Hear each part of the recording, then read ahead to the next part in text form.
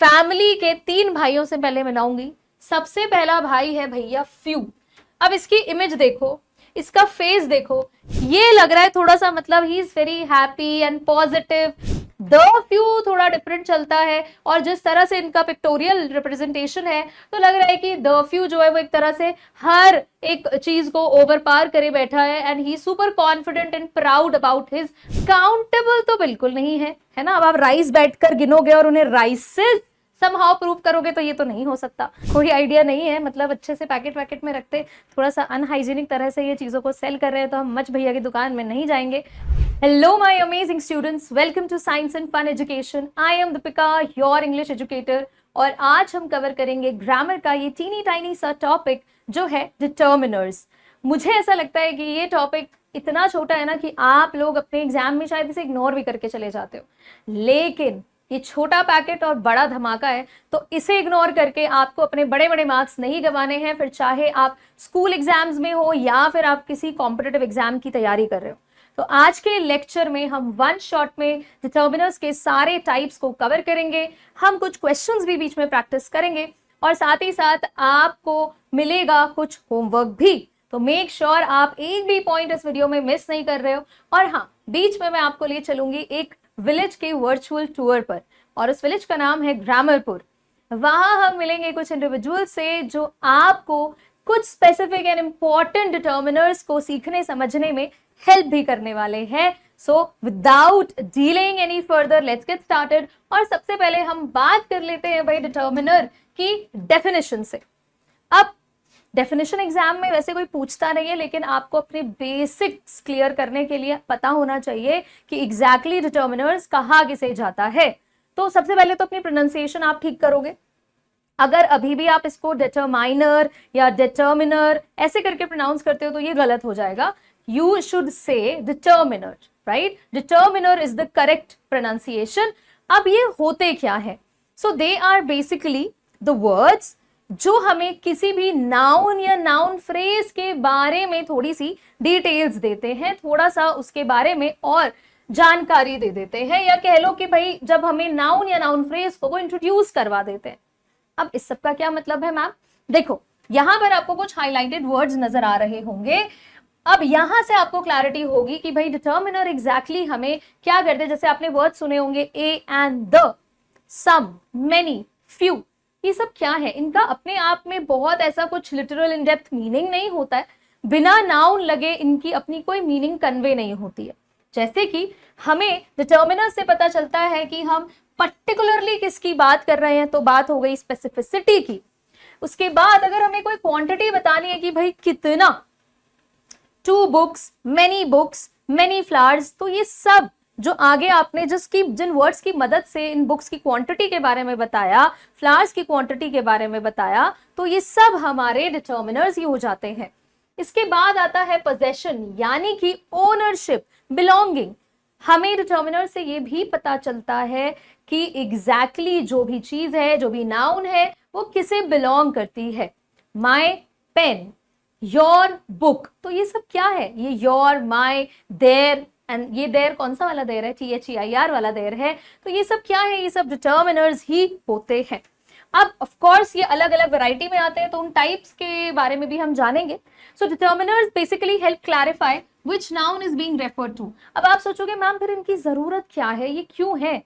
तो हमें क्लैरिफिकेशन देने के लिए ये एग्जिस्ट करते हैं कि भाई एग्जैक्टली किस नाउन की बात हो रही है, किसकी बुक, कौन सी बुक, और ऐसे न जाने हमारे पास कितने सारे एग्जाम्पल्स हैं, and how many of them. यहां से हमें पता चल जाता है क्वांटिटी, और टू हुम दे बिलोंग, वो चीजें किसे बिलोंग करती हैं। तो स्पेसिफिसिटी, क्वांटिटी एंड पोजेशन, ये तीनों चीजें हमें डिटर्मिनर्स की मदद से ही समझ में आती है। अब एग्जाम्पल के तौर पर आप देख सकते हो दिस, दैट, ये सब डिटर्मिनर्स हैं। इनकी मदद से हमें पता चलता है कि हम एग्जैक्टली किस चीज की बात कर रहे हैं। That book on the table, वो वाली बुक की बात हो रही है। तो यहां से हमने अपनी स्पेसिफिसिटी को भी मेंशन कर दिया है। सम, मेनी, 5, इवन दीज नंबर्स है ना, 5, 3, 4, ये सब भी हमारे डिटर्मिनर्स में आते हैं, क्योंकि ये हमें नाउन या नाउन फ्रेज के बारे में ही तो बता रहे हैं। और यहां से हमें समझ में आता है कि भाई डिटर्मिनर्स हमें क्वांटिटी के बारे में रेफर कर रहे हैं। इसके बाद हुज, कि भाई किसकी, my book, her house, their village etcetera. तो ये सब क्या है, ये हमें पोजेशन बताया जा रहा है। हाउ मच, यहां पर भी हमें क्वांटिटी ही बताई जा रही है, लेकिन जैसे हमें इस पर्टिकुलर वर्ड से पता चला कि there is a specific number, कुछ ऐसे भी हमारे पास वर्ड्स होते हैं जो हमें प्रोक्सिमेट आइडिया देते हैं। जैसे अगर मैं सम बुक्स भी बोलूं, सम क्लासेस बोलूं, सम स्टूडेंट्स बोलूं, तो एग्जैक्ट हमें 1 2 3 4 में नंबर नहीं पता चल रहा है, राइट? तो ये सारा जो पूरा एक ट्रेजर है वर्ड्स का, ये सब हम कवर करते हैं डिटर्मिनर्स के अंदर। और हो सकता है आपने डिटर्मिनर्स और एडजेक्टिव्स में बहुत बार कंफ्यूजिंग पॉइंट्स भी सुने हो। अब आपको अभी तक जो मैंने बताया उसके बेसिस पर ये लगा होगा कि डिटर्मिनर्स एंड एडजेक्टिव्स तो सेम ही लग रहे हैं, क्योंकि एडजेक्टिव्स भी तो नाउन के बारे में ही बताते हैं। एडजेक्टिव्स जो है वो नाउन के एक तरह से फ्रेंड ही हो गए, जो कभी कभी बुरी बातें और अच्छी बातें दोनों बताते हैं। अब ये क्या हुआ मैम? देखो, एडजेक्टिव्स आपने पढ़ा हुआ है हिंदी में, जिन्हें हम विशेषण कहते हैं। ये हमें बेसिकली नाउन के बारे में बताते हैं। जैसे कि जितने भी वर्ड्स अभी हमने देखे तो वो एडजेक्टिव्स भी है। आप ये कह सकते हो कि डिटर्मिनर जो है वो एडजेक्टिव्स का ही पार्ट हो सकता है, राइट? क्योंकि एडजेक्टिव भी हमें एक तरह से नाउन के ही बारे में बताते हैं, लेकिन एक छोटा सा डिफरेंस इन दोनों के बीच में है, और वो डिफरेंस ये है, डिटर्मिनर्स हमें क्वांटिटी जरूर बताते हैं, हमें पोजेशन जरूर बताते हैं, हमें स्पेसिफिक चीजों के बारे में जरूर बताते हैं, लेकिन क्वालिटी के बारे में नहीं बताते हैं। अब अगर मैं लिख देती हूं रिया इज अ ब्यूटिफुल गर्ल, है ना? अगर मैं लिख देती हूं रिया इज अ ब्यूटिफुल गर्ल, तो यहां पर मैंने गर्ल के बारे में बताया, तो आप बोलोगे मैम आप ही ने तो कहा था कि नाउन के बारे में जो बताए वो डिटर्मिनर। बिल्कुल नहीं, गलत हो जाएगा। यहां पर ये जो पर्टिकुलर वर्ड है ये इस गर्ल की क्वालिटी बता रहा है, तो इसीलिए ये सिर्फ और सिर्फ एक एडजेक्टिव का एग्जाम्पल होगा, राइट? अच्छा, अगर मैं यहां पर लिख देती हूं, अगर मैं एग्जाम्पल को थोड़ा सा चेंज कर लेती हूं कि there are many girls in the park, तो अगर मैंने अपने एग्जाम्पल को इस तरह से बना दिया है, यहां पर आप देखो कि एक क्वांटिटी हमें पता चल रही है, नॉट क्वालिटी, तो ये हम डिटर्मिनर के अंदर रखेंगे। तो ये बेसिक सा एक डिस्टिंक्शन है बिटवीन डिटर्मिनर एंड एडजेक्टिव, कि एडजेक्टिव जो है वो हमें क्वालिटी बताते हैं, दे आर क्वालिटेटिव, लेकिन determiners they are just class of adjectives. Adjectives के एक क्लास में ये आ जाते हैं। एक आप समझ लो कि एडजेक्टिव एक अम्ब्रेला टर्म हो गया, और उसके अंडर में, उसकी छत्र छाया में डिटर्मिनर्स भी आ जाते हैं। लेकिन जो डिस्टिंक्शन है वो यही है कि डिटर्मिनर्स, यहाँ पर दे एक्चुअली में डिटर्मिनर्स की ही बात हो रही है, डिटर्मिनर्स आर नॉट क्वालिटेटिव, वो इस तरह से क्वालिटी नहीं बताते हैं। जितने भी टाइप्स में आज आपको डिटर्मिनर्स के कराऊंगी, उनमें से एक भी डिटर्मिनर किसी भी नाउन या किसी भी नाउन फ्रेज की क्वालिटी के बारे में कुछ नहीं बताएगा, ये आप खुद ही देखोगे। और जब आप पूरा पढ़कर वापस इस पॉइंट पर आओगे तो आपको ज्यादा क्लैरिटी हो जाएगी। अब ओहो, यहाँ पर तो ऑलरेडी एग्जाम्पल्स थे, तो चलो इनको हम जरा सा इरेज कर देते हैं, तो आपको सुंदर सुंदर एग्जाम्पल्स भी यहाँ पर देखने मिल जाएंगे। ठीक है, यहाँ पर एग्जाम्पल आपको देखने मिल जाएगा। अपने एग्जाम्पल देने के चक्कर में ना हम ऑलरेडी टाइप एग्जाम्पल्स देना भी भूल जाते हैं। तो क्या है, देखो, she is a beautiful girl, right? तो यहाँ पर ये ब्यूटीफुल वर्ड जो है ये एक एडजेक्टिव है, इसको आप डिटर्मिनर नहीं बोल सकते हो। और those flowers were plucked yesterday, now see, यहाँ पर मैंने फ्लावर्स के लिए जो भी वर्ड यूज किया है आगे, आप इसको बोलोगे प्रेफरेबली कि भैया ये तो डिटर्मिनर हो गया। ठीक है, डिटर्मिनर हो गया, क्यों? क्योंकि ये हमें क्वालिटी तो नहीं बता रहा है ना, ये हमें फ्लावर्स की ब्यूटी के बारे में नहीं बता रहा है, या फ्लावर्स के अपीयरेंस पर कुछ नहीं बता रहा है। हमें पता चल रहा है तो सिर्फ इतना कि कौन से फ्लावर की बात हो रही है, किन फ्लावर्स की एग्जैक्टली यहाँ पर तोड़ने की बात हो रही है। क्लियर? सो ये डिटर्मिनर हो गया and not adjective. I hope ये आपको क्लियर हुआ। इन केस अभी भी कोई कंफ्यूजन रह जाता है, you can definitely ask in the comment section. Now अब हम आगे बढ़ते हैं अपने टाइप्स ऑफ डिटर्मिनर्स की तरफ। तो वैसे तो अलग अलग बुक्स में बहुत अलग अलग वैरायटी देखने मिलती है, लेकिन एग्जाम पॉइंट ऑफ व्यू से जो आपके सबसे प्रोमिनेंट डिटर्मिनर्स हैं वो यही है। इनमें सबसे पहला नंबर आता है हमारे प्यारे से आर्टिकल्स का। मतलब ये आर्टिकल्स सोचो, आप फर्स्ट क्लास से सेकंड क्लास से पढ़ते आते हो, पीछा ही नहीं छोड़ते हैं, है ना? और अभी भी आप इसे पढ़ रहे हो, और आई डोंट नो कि कौन सी क्लास के बच्चे ये वाला लेक्चर देख रहे हैं, तो ये आपका पीछा नहीं छोड़ेंगे, बिकॉज ये भले ही बहुत छोटा टॉपिक हो, भले ही इसमें सिर्फ 3 एलिमेंट्स की बात होती है, लेकिन ये बहुत इंपॉर्टेंट है। फिर आते हैं हमारे पास डेमोन्स्ट्रेटिव डिटर्मिनर्स, फिर आते हैं हमारे पास possessive determiners, interrogative determiners, quantifiers and distributive determiners. मैं अगर आपको एक बात बोलूं तो आप प्रॉमिस करोगे आप सीधा स्किप करके क्वांटिफायर्स तक नहीं जाओगे, आपको लेक्चर पूरा देखना है। इन सारे डिटर्मिनर्स में से ना सबसे इंपॉर्टेंट पता है कौन सा है? वो है क्वांटिफायर्स, सबसे इंपॉर्टेंट। और अगर अब आप लेक्चर स्किप करके आगे जा रहे हो तो मैं पहले ही बता दूं कि ये सब भी उतने इंपॉर्टेंट है एग्जाम पॉइंट ऑफ व्यू से, ठीक है। इनको आप इग्नोर करके चले जाते हो और फिर बस अगर कोई क्वेश्चन आ जाता है तो हो गया, फिर सोचते हो कि अरे यार मैम ने तो कहा था कि मिस नहीं करना चाहिए था बट हमने मिस कर दिया। तो आपको ये सब कुछ सुनते हुए चलना है और फिर क्वांटिफायर्स की तरफ बढ़ना है। क्वांटिफायर्स दिखाने के लिए ही मैं आपको गांव घुमाने ले चलूंगी, और वो गांव है हमारा ग्रामरपुर। एक बार जल्दी से ना चैट पर भी लिख देना ग्रामरपुर हम घूमने जा रहे हैं, पता चलना चाहिए ना। जो लेक्चर नहीं देख रहे हैं तो वो भी सोचेंगे ये क्या हो रहा है, ग्रामर के लेक्चर में ये क्या हो रहा है, राइट नाउ। चलो अब आर्टिकल सबसे पहले हम कवर करेंगे। बहुत ज्यादा बड़ा ये टॉपिक होता नहीं है, बहुत लंबी लंबी इसकी लिस्ट होती है, लेकिन मैं आपको क्लैरिटी देते चलूंगी कि यार आर्टिकल्स एग्जैक्टली यहाँ पर है क्या। तो ग्रामर में आप लोग 2 टाइप के आर्टिकल्स पढ़ते हो। सबसे पहला आता है हमारे पास डेफिनेट आर्टिकल, ठीक है। अब आर्टिकल्स में होते कौन से देखो, आपने ये 3 छोटे छोटे से बॉम्ब वर्ड सुने होंगे एकदम, ये ना एटम बॉम्ब जैसे ही है, बिल्कुल इतने छोटे से हैं, लेकिन ये इतनी प्रॉब्लम क्रिएट करते हैं हमारे आंसर्स में, हमारे ग्रामर के टॉपिक्स में, कि देखने में सिर्फ छोटे लग रहे हैं, छोटा पैकेट बड़ा धमाका टाइप यहाँ पर हो जाता है। अब ये 3 जो वर्ड्स है ये आपके आर्टिकल्स की कैटेगरी में आते हैं और इनका डिवीजन है डेफिनेट एंड इनडेफिनेट आर्टिकल्स के रेफरेंस में। डेफिनेट आर्टिकल के नाम से याद समझ जाओ कि भाई यहाँ पर किसी डेफिनेट चीज की बात हो रही है, something very specific, something very unique, fix, ऐसे थोड़ा आइडिया एंड अंदाजा हमें लगाना है। तो डेफिनेट आर्टिकल हम लोग कहेंगे द को, बबल बना देते हैं द को, और इनडेफिनेट आर्टिकल हम कहेंगे ए और एन को, ठीक है, ए और एन को। इट्स लाइक ढोलू एंड भोलू, है ना, एक जैसे हैं बट इनमें छोटा छोटा सा डिफरेंस है। बचपन से पढ़ते आए होगे, अभी तक गेस भी कर लिया होगा क्या डिफरेंस है। इनडेफिनेट का मतलब ही समझ जाओ very general, something which is not definite, something which is not fixed, general हो गया, या कह लो रैंडम। अगर ये वर्ड समझ गए हो तो आधा काम हो गया है आर्टिकल का। जनरल और रैंडम इनडेफिनेट आर्टिकल के लिए हम लगाएंगे। I mean, जितने भी जनरल चीजें, जनरल नाउन, रैंडम नाउन की हम बात करेंगे तो हमारा इनडेफिनेट आर्टिकल। और अगर हम किसी यूनिक स्पेसिफिक चीज की बात कर रहे हैं तो द।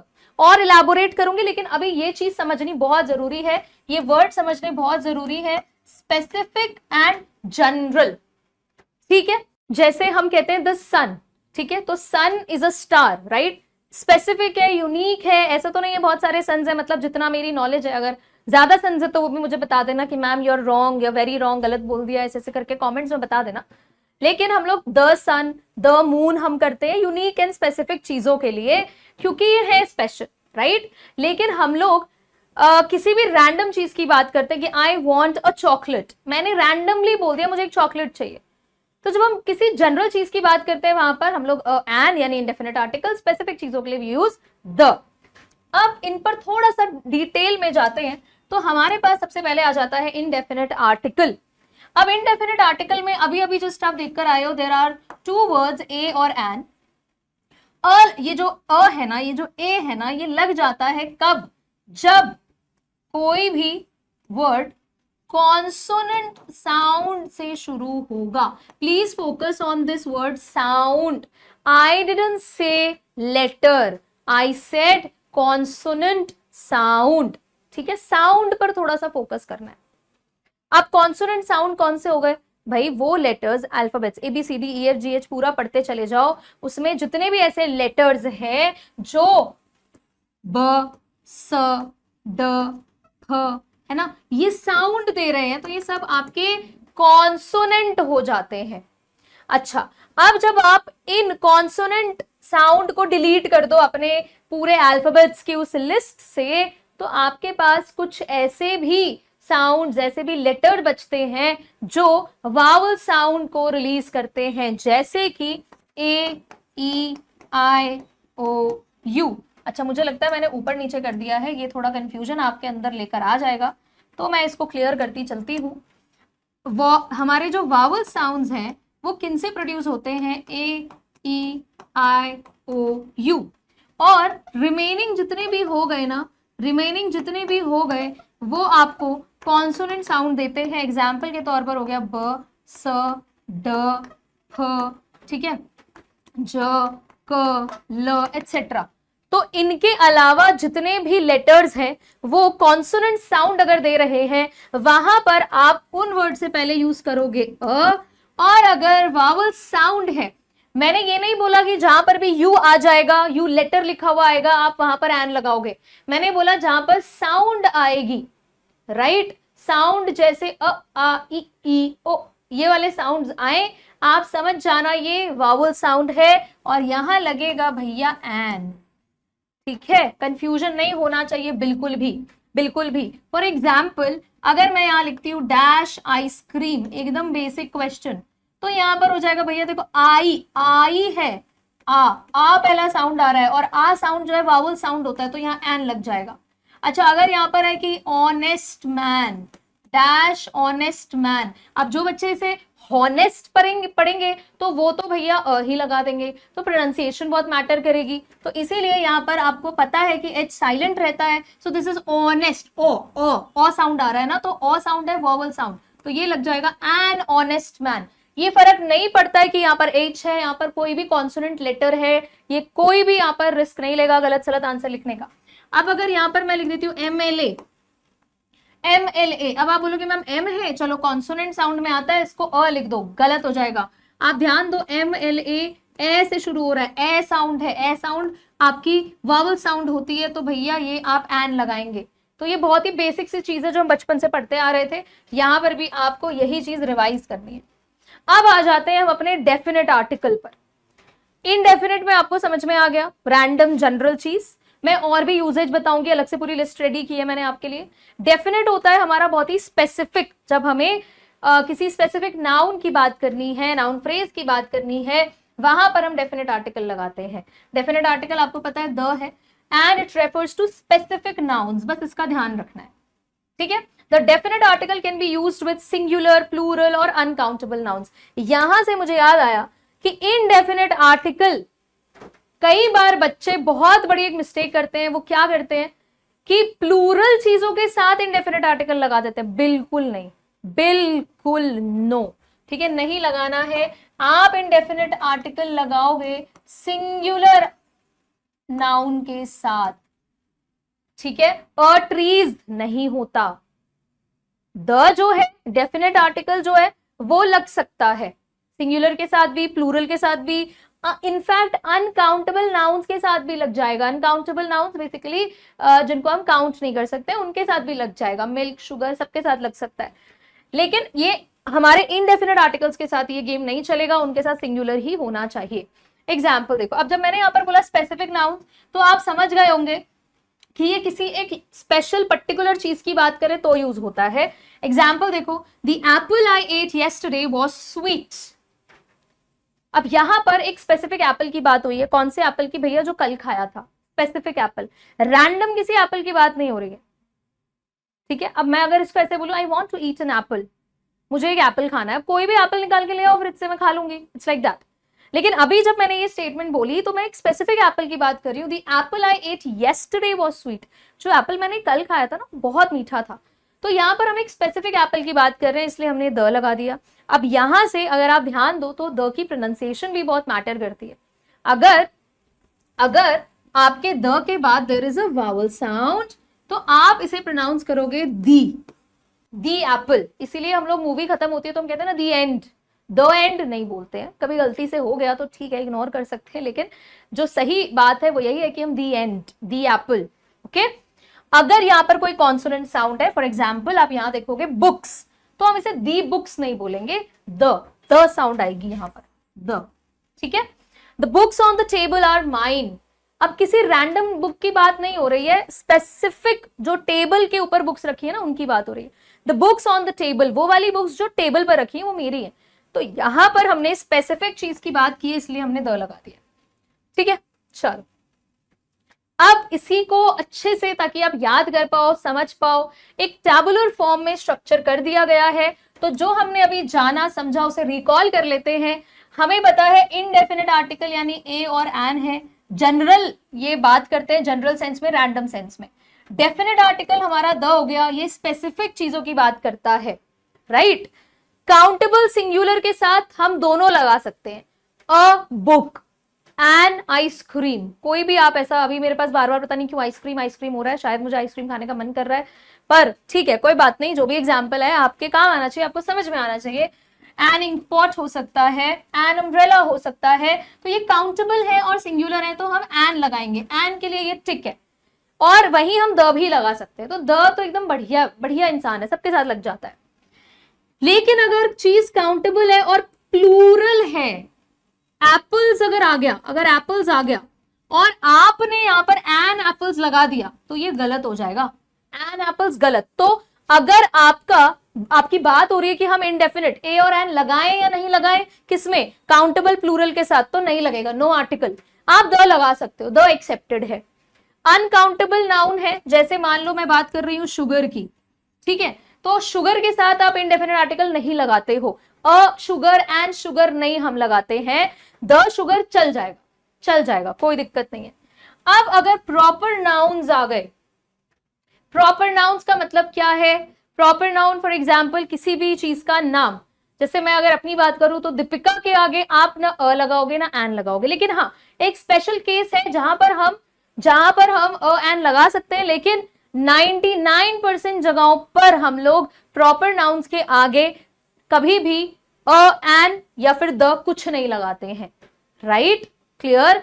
हाँ, इनफैक्ट अगर ऐसा कुछ जो भी केस यहाँ पर बन रहा है वो स्पेसिफिक केस, वो एक्सेप्शन, वो मैं आगे के आपको सेशन में बताऊंगी। लेकिन अभी के लिए आप समझो, कभी भी हम खुद को ऐसे इंट्रोड्यूस नहीं करते हैं, the Deepika is teaching us determiners, ये तो गलत हो जाएगा, राइट। हम लोग कभी भी प्रॉपर नाउन्स के आगे द नहीं लगाते। हाँ, कोई लेजेंडरी पर्सनालिटी है तब बात अलग है ना। हम लोग बोलते हैं ना कि वो तो द सचिन तेंदुलकर है, तो हमें समझ में आता है कि भैया वो हम क्यों बोल रहे हैं, उनकी एबिलिटी, उनकी पोटेंशियल के बेसिस पर हम उन्हें ये बात बोल रहे हैं। लेकिन प्रॉपर नाउन्स के साथ in general we never use any articles. अब आते हैं इंडेफिनिट आर्टिकल पर, जो मैंने आपको बोला कि I provide you the list कि एग्जैक्टली कहां पर हमें देखो लिस्ट बहुत लंबी है, बहुत सारी चीजें, आप जितना एक्सप्लोर करोगे आर्टिकल्स को उतना कम पड़ेगा। मैं आपको कुछ ऐसे इंपॉर्टेंट जगह बताऊंगी जहां जहां पर आर्टिकल्स लगाना चाहिए, जहां पर नहीं लगाना चाहिए, ताकि आपके एग्जाम में आपकी हेल्प हो जाए। जो मैं समझती हूँ कि एक ठीक ठाक लेवल की इंग्लिश वाले इंसान को पता होना चाहिए। तो सबसे पहला आ जाता है कि अगर हम कभी भी किसी भी चीज के बारे में सबसे पहली बार मेंशन कर रहे हैं, वहां पर हम इंडेफिनिट आर्टिकल लगा सकते हैं, ए और एन कुछ भी लगा सकते हैं।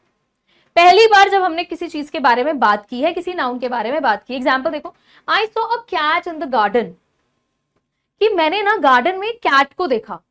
तो मैंने पहली बार मैं आज आपको पहली बार उसके बारे में बता रही हूँ, उस कैट के बारे में बता रही हूँ, तो मैं इधर पर अ यूज कर सकती हूँ। लेकिन अगर मैं दूसरी बार सेम कैट के बारे में कुछ बताऊंगी, तो cat was grey in colour, let's say, अब दोबारा से मैंने सेम कैट के बारे में बताया तो वापस मैं अ यूज नहीं कर सकती। अब मुझे डेफिनेट आर्टिकल का यूज करना पड़ेगा, और वो क्या है, वो है the. So the cat was grey in colour. जब मैंने पहली बार बताया I saw cat in the garden, तो ये हो गया इनडेफिनेट, राइट, अ लगाया क्योंकि इनडेफिनेट आर्टिकल है, पहली बार मैं उस कैट के बारे में बता रही हूं। लेकिन जब मैंने दूसरी बार बताया the cat was grey in colour, तो मैंने सेम चीज के बारे में आपको ऑलरेडी बता दिया है, नाउ यू नो। दो लोग जो बात कर रहे हैं हमें पता है, राइट, तो यहां पर हम यूज करेंगे द। चल आगे बढ़ते हैं। टॉकिंग अबाउट समथिंग जनरल और नॉन स्पेसिफिक, ये मैंने अभी पहले भी बताया था, जब हम किसी जनरल या नॉन स्पेसिफिक चीज की बात करेंगे तो वहां पर हम अ और एन लगा सकते हैं। She wants to buy a car, कोई भी हो सकती है, एनी कार, रैंडम, कोई स्पेसिफिक कार के बारे में नहीं बोला है, right. To refer to someone's profession और रोल, किसी के प्रोफेशन और रोल के बारे में जब हम बता रहे हैं तो भी हम हमारे इंडेफिनेट आर्टिकल्स का ही यूज करते हैं। He is a doctor, she became an actress, तो यहाँ पर बहुत ही सिंपल। और ये सबसे बड़ी गलती जो हम लोग करते हैं, है ना। लेकिन मान लो कि यहीं पर अगर हमें किसी स्पेसिफिक डॉक्टर को रेफर करना होता, फॉर एग्जाम्पल मैं अगर ये बोलना चाहती, मैं यहां पर अगर ये लिखूं, the doctor whom I met yesterday,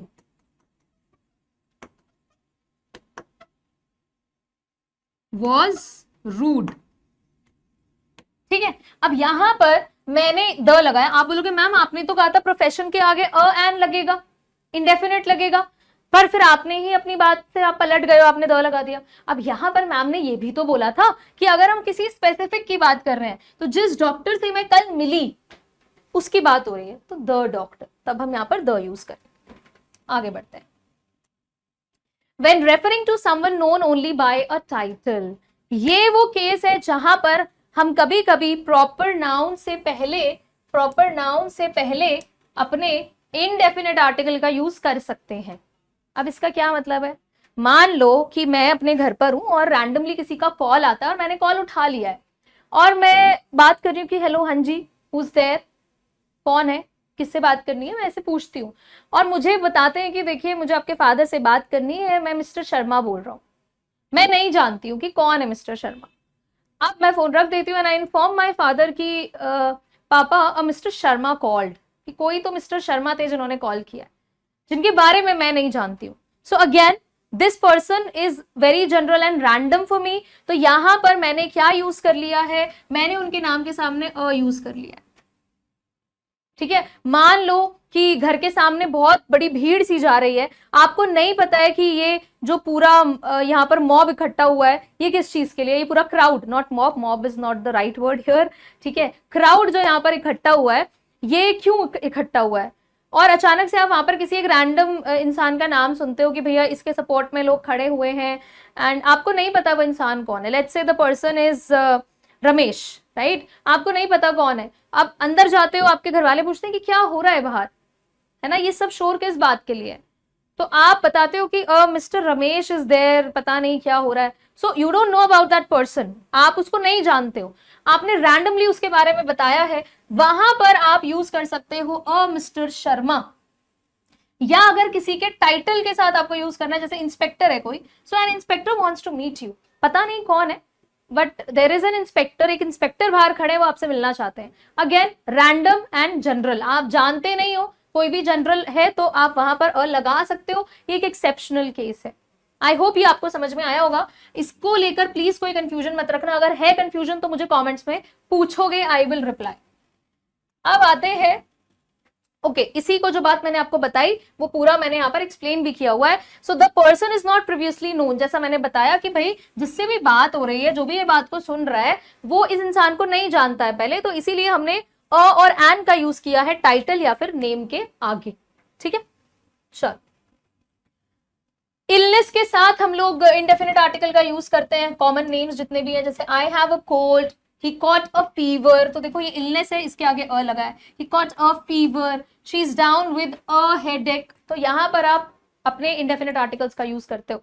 ये हम लोग कभी स्कूल में अपने फ्रेंड के बारे में भी किसी को बताते हैं तो बहुत गलत इंग्लिश के साथ बताते हैं, ये हमें पता होना चाहिए, ये हमें मिस्टेक नहीं करनी है। लेकिन ऐसा नहीं है कि बहुत सीरियस बीमारियों के साथ भी हम अ लगा दें, लेट्स से कैंसर, तो we will never say cancer, है ना, कैंसर होता है, तो सीरियस डिजीजेस के साथ नहीं। जो कॉमन नेम्स हैं, जो जनरल कॉमन सी इलनेस होती हैं, जो बहुत ज्यादा सीवियर नहीं होती हैं, फीवर भी सीवियर हो सकता है लेकिन मैं एकदम माइल्ड वाले फीवर की बात कर रही हूँ, इस सेंस में आप इन बीमारियों के आगे अ लगा सकते हो। हम कलेक्टिव नाउन्स के साथ भी इंडेफिनिट आर्टिकल का यूज करते हैं, जैसे अब आप बोलोगे मैम एलिफेंट्स तो बहुत सारे हैं, आपने बोला था जो हमारा इंडेफिनिट आर्टिकल है वो प्लूरल के साथ नहीं लगेगा, लेकिन हम लोग एलिफेंट्स के आगे तो नहीं लगा रहे हैं ना अपने इंडेफिनिट आर्टिकल को, हम लगा रहे हैं इस पर्टिकुलर वर्ड के आगे विच इज हर्ड। एलिफेंट्स के झुंड को हर्ड बोला जाता है, तो ये कलेक्टिव नाउन है, इसके आगे हम अपने इंडेफिनिट आर्टिकल का यूज कर सकते हैं। They met a team of doctor, यहाँ पर टीम्स नहीं लिखा है, टीम लिखा है, तो हम यहाँ पर भी अपना इंडेफिनिट आर्टिकल का यूज कर सकते हैं, because we are referring to one group, हम एक ग्रुप को रेफर कर रहे हैं। अब आते हैं जरा डेफिनेट आर्टिकल पर, तो ये कुछ हमारी लिस्ट है, और भी बड़ी बड़ी लिस्ट होती है, लेकिन आपके एग्जाम पॉइंट ऑफ व्यू से अगर आप इतना समझते हो तो आपके लिए सफिशिएंट होगा। और मैं तो ये सजेस्ट करूंगी कि जितना भी आप लिटरेचर पढ़ते हो अपनी डेली लाइफ में, अपने सिलेबस में, उसमें भी अगर आपके सामने, आपके नजरों के आगे कुछ ऐसे वर्ड्स, फ्रेजेस आते हैं जहां पर आर्टिकल्स यूज हुए हैं, आप वहां से भी अपनी इस लिस्ट को और एक्सपैंड कर सकते हो कि अच्छा इन केसेस में भी हम लोग क्या करते हैं, हम लोग अपने इन इनडेफिनेट आर्टिकल्स या डेफिनेट आर्टिकल्स का यूज करते हैं। अब जैसा कि मैंने आपको बताया था, जब हम पहली बार किसी को मेंशन कर रहे हैं तो इंडेफिनिट आर्टिकल, लेकिन अगर हम दूसरी बार उस इंसान को, उस चीज को मेंशन कर रहे हैं, उस नाउन को मेंशन कर रहे हैं, वहां पर हम लोग यूज करेंगे द। जैसे एग्जाम्पल देखो, आई सॉ अ डॉग, मैंने एक डॉग देखा। तो जब पहली बार मैंने उस डॉग के बारे में अपने लिसनर को बताया तो मैंने यूज किया था अ, पर अब मैं उस डॉग के बारे में फिर से बता रही हूं तो मैं यूज करूंगी द डॉग वॉज बार्किंग। ठीक है, चल।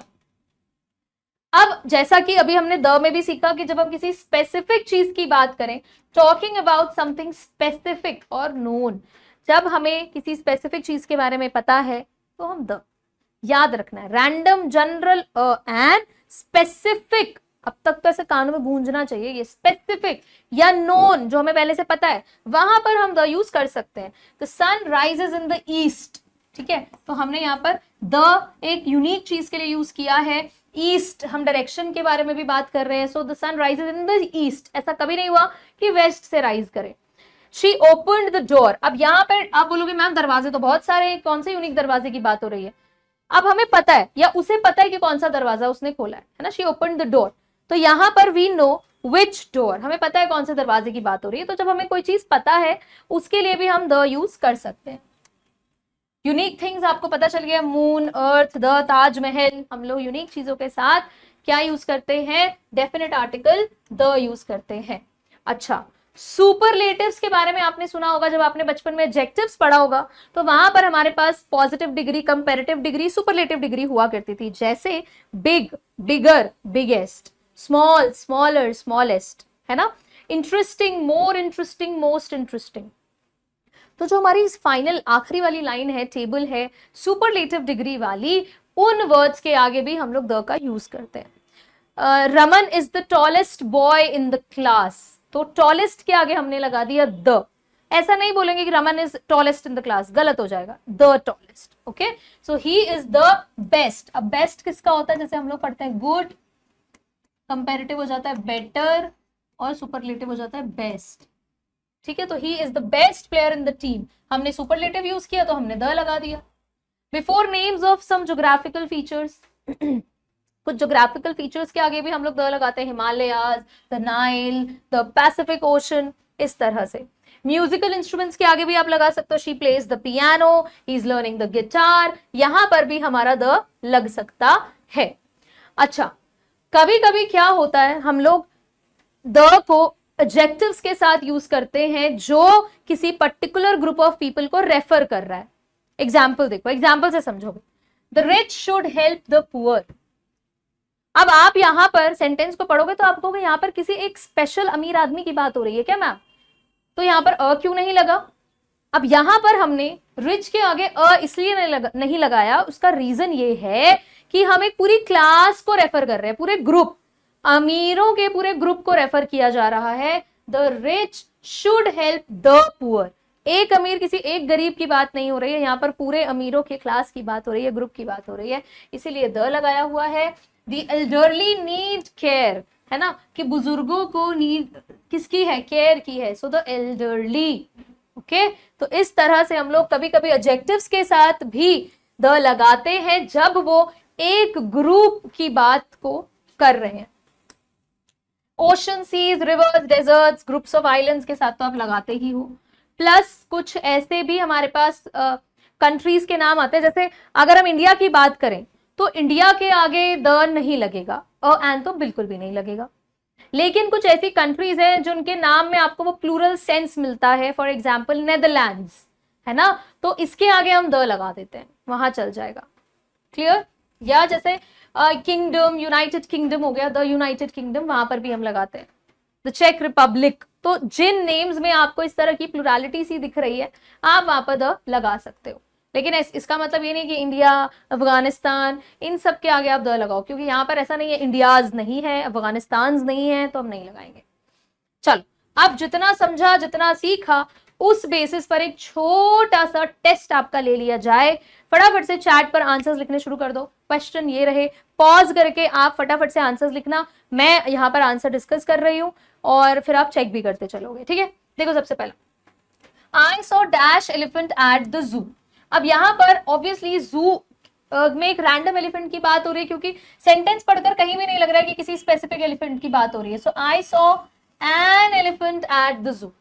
ठीक है, यहां पर हम लगा देंगे an. Dash sun sets in the west, ये तो अभी अभी आप इसी का एक भाई वाला सेंटेंस पढ़कर आए हो. तो the sun sets in the west. Can I have dash pencil. अब आप कोई स्पेसिफिक पेंसिल मांग रहे हो तो बात अलग है, लेकिन इस सेंटेंस को पढ़कर समझ में आ रहा है कि कोई भी चल जाएगी. Can I have a pencil, pencil की नीड है तो कोई भी चलेगी, छोटी बड़ी जैसा भी हो. He is dash honest man, he is an honest man. We went to dash park near our house. ये है आपका होमवर्क ना. आपने सोचा होगा ये भी इजी इजी मैम बता देगी, नहीं बताऊंगी. चैट पर आंसर करोगे, मैं आपके चैट्स पर रिप्लाई करूंगी, और यहां से मुझे समझ में आएगा कि भैया कुछ सीरियसली किया भी या नहीं किया. इसका आंसर आप लोग चैट पर लिखोगे, चैट पर मैं आपको रिप्लाई करूंगी कि आपका आंसर सही है या नहीं है. इसमें आपको ए, एन और द में से किसी एक को फिल करना है. चल, अब हम आते हैं अपने अगले डिटर्मिनर पर, जो है डिमॉन्स्ट्रेटिव, यानी कि डिमॉन्स्ट्रेटिव डिटर्मिनर. बहुत इजी है, बहुत ही छोटू सा. आर्टिकल में हमें थोड़ा टाइम लगा बिकॉज ये बहुत स्ट्रेच्ड आउट टॉपिक है, बहुत वैरायटी इसका यूजेज है. डिमॉन्स्ट्रेटिव एकदम हमारा जैसे कहते हैं ना लप्पू सा टॉपिक है, तो बिल्कुल वही है. यहां पर आप 4 वर्ड्स के बारे में देखते हो, और वो 4 वर्ड्स भी बड़े प्यारे से हैं. और वर्ड्स हैं this, that, these and those. ये हमें ऑब्वियसली, जैसे हम द, ए और एन का यूज कर रहे थे, ये भी हमें स्पेसिफिक ऑब्जेक्ट्स के बारे में बताते हैं. प्लस हमें थोड़ा सा ये भी अंदाजा लगता है कि जो ऑब्जेक्ट है वो पास में है या वो दूर है, सिंगुलर है या वो प्लूरल है. ठीक है, उसके लिए मैं एक आपको बहुत सुंदर सा बॉक्स दिखा रही हूं, इससे आपको आइडिया हो जाएगा. अगर हम किसी सिंगुलर नाउन की बात कर रहे हैं जो पास में है, तो वहां लग जाएगा ये प्यारा सा दिस. ठीक है, जैसे एग्जाम्पल यहां पर मैं एग्जाम्पल लगा के दे देती हूं. दिस पेन इज माइन, ये पेन मेरा है. अब मैंने अगर दिस लगाया तो साफ सीधी सी बात है कि वो पेन, पहली बात तो सिंगुलर है. दिस पेन्स नहीं लिखूंगी, दिस पेन लिखूंगी, सिंगुलर है, प्लस मेरे आसपास ही है. ठीक है, क्लियर, परफेक्ट. अब इसी के साथ अगर हम किसी दूर वाले ऑब्जेक्ट की बात कर रहे हैं, we are talking about a singular noun that is far away, तो भैया वहां लग जाएगा दैट. अब मान लो मेरे सामने नहीं है, दैट बुक इज हैवी. अब ये मैं ऑब्वियसली अपने साइड में रखी हुई बुक को this book, that book is heavy नहीं बोलूंगी, है ना. अगर मेरे साइड में रखी होती तो मैं बोलती दिस बुक इज हैवी, मैं नहीं इसको पकड़ सकती हूँ. दूर है तो बोलूंगी that book is heavy, I am not going to take it, मैं नहीं ले जाऊंगी इसे.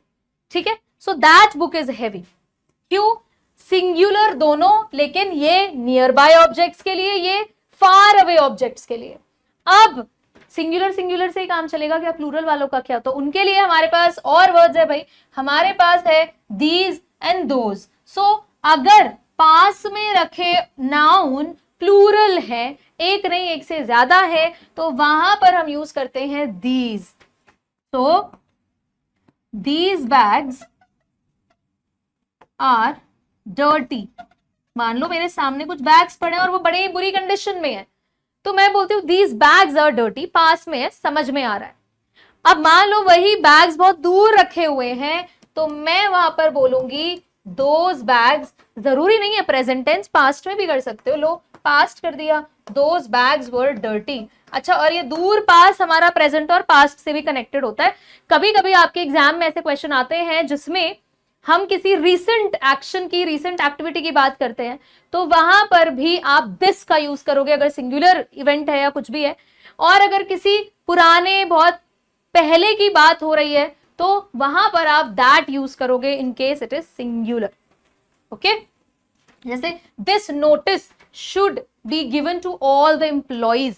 तो अभी अभी अगर कोई नोटिस आया है और ये एक इशू, ये एक मैसेज है जो पहुंच जाना चाहिए सब तक इमीडिएट ऑर्डर्स के हिसाब से, तो आप वहां पर दिस यूज करोगे. क्लियर? तो इस पे भी डिपेंड करता है this and that, present and past का भी. भाई रिसेंट कोई एक्शन है, कुछ भी ऐसा है, not exactly action but obviously notice word भी एक नाउन ही हो गया.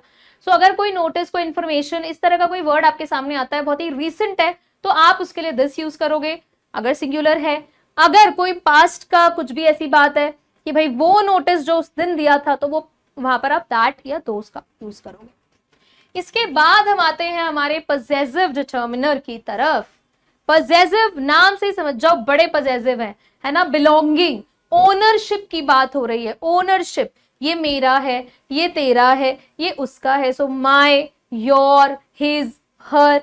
अब इसमें भी एक बहुत ही बढ़िया कंफ्यूजन आप लोगों को होता है, वो भी मैं क्लियर करती चलूंगी, ठीक है। लेकिन हमें पता होना चाहिए पजेसिव डिटर्मिनर्स का यूज हम क्यों करते हैं, टू शो कि वो किसको बिलोंग करता है या किसकी ओनरशिप है, हु पजेसेस समथिंग, राइट। जैसे दिस इज माय पेन, है ना, तो यहां पर मैं बात कर रही हूं इस पेन की जो कि मेरा है, माय पेन। माय वर्ड दिखा रहा है पोजेशन, माय वर्ड बताता है कि वो है एक पजेसिव डिटर्मिनर। तो ऐसे ही हमारे पास एक छोटी सी लिस्ट है इन वर्ड्स की, और वो है my, your, his, her, its, our, their, right. अब अगर आपको इसमें एग्जाम्पल देने हैं तो आप चैट पर भी लिख सकते हो, बहुत ही इजी सा है। माय की अगर बात करी तो मुझे बिलोंग कर रहा है, मैंने आपको अभी एक एग्जाम्पल दिया, योर हाउस इज ब्यूटिफुल। तो यहां पर एक बात बहुत जरूरी है, आप लोग बिना नाउन के इनको यूज नहीं करोगे। अगर बिना नाउन के करते हो तो फिर ये डिटर्मिनर्स नहीं कहलाएंगे, ठीक है। So your house is beautiful, तो यहां पर ये हमारा बन गया पजेसिव डिटर्मिनर, क्योंकि तुम्हारे घर की बात हो। हिज हम लोग ऑब्वियसली मैस्कुलिन के रेफरेंस में यूज करते हैं, मेल्स के रेफरेंस में यूज कर रहे हैं। So his shirt is blue in colour, right. तो मैंने यहां पर शर्ट की बात की है किसी लड़के के, तो हिज शर्ट। अच्छा, हर नोटबुक इज लॉस्ट, उसकी नोटबुक खो गई है। तो यहां पर मैं किसी लड़की के रेफरेंस में बोल रही हूं, इसीलिए मैंने हर लगाया है, राइट। ऐसे ही इट्स हम लोग एनिमल या नॉन लिविंग बीइंग्स के रेफरेंस में लगाते हैं, इसीलिए यहां पर इट्स लगेगा। So its tail is hurt, ठीक है, उसकी टेल पर चोट आई है। सो इट्स टेल, लेट्स से मैं अपने पेट डॉग की बात कर रही हूं, तो इट्स टेल। अब आते हैं आर पर, तो आर हम लोग यूज करेंगे हमारे रिस्पेक्ट में, मैं इंडिविजुअली अपनी बात नहीं कर रही हूं, मेरे साथ साथ और भी लोग हैं। आर फ्रेंड्स, या चलो कुछ और बना लेते हैं, अगर आपके दिमाग में कोई एग्जाम्पल है तो आप वो भी चार्ट पर दे सकते हो। आर पेरेंट्स आर स्ट्रिक्ट, हमारे पेरेंट्स बहुत स्ट्रिक्ट है, मेरे तो हैं, आपका पता नहीं, आपके भी हैं क्या, बताओ जरा मुझे चैट पर, ठीक है। आर पेरेंट्स आर स्ट्रिक्ट, तो ये हमने हमारे रेफरेंस में कहा। लेट्स से मैं अपने सिबलिंग्स के साथ ये बात बोल रही हूँ, तो एक अकेली मैं अपने पेरेंट्स की बात नहीं कर रही हूँ। माय पेरेंट्स मुझे बोलना होता तो मैं अपने रेफरेंस में बोलती, बट मैं अपने सिबलिंग्स के हक के लिए भी बोल रही हूँ, उनके लिए भी आवाज उठा रही हूँ, तो आर पेरेंट्स आर स्ट्रिक्ट। अब इसके बाद आते हैं देयर।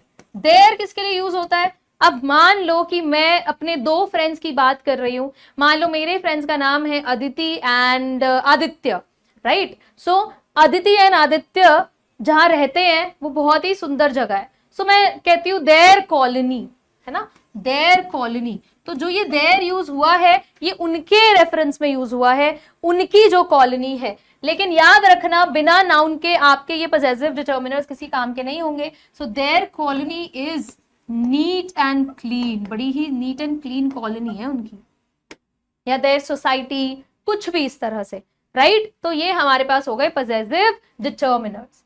अब इन डिटर्मिनर्स में ना एक पर्टिकुलर डिटर्मिनर है जो आपको बड़ा कंफ्यूज करता है, जो मैंने बहुत बार जब मैं पेड बैच वाले बच्चों की कॉपीज देखती हूँ, उनके कमेंट्स देखती हूँ, करेक्ट भी मैंने बहुत बार किया है, ध्यान नहीं देते हैं बिल्कुल भी। तो आप लोगों को भी ये गलती नहीं करनी है। वो मिस्टेक क्या है, वो कंफ्यूजन पॉइंट क्या है, वो है इस वाले इट्स और इस वाले इट्स में कंफ्यूजन, ये दोनों अलग अलग होते हैं।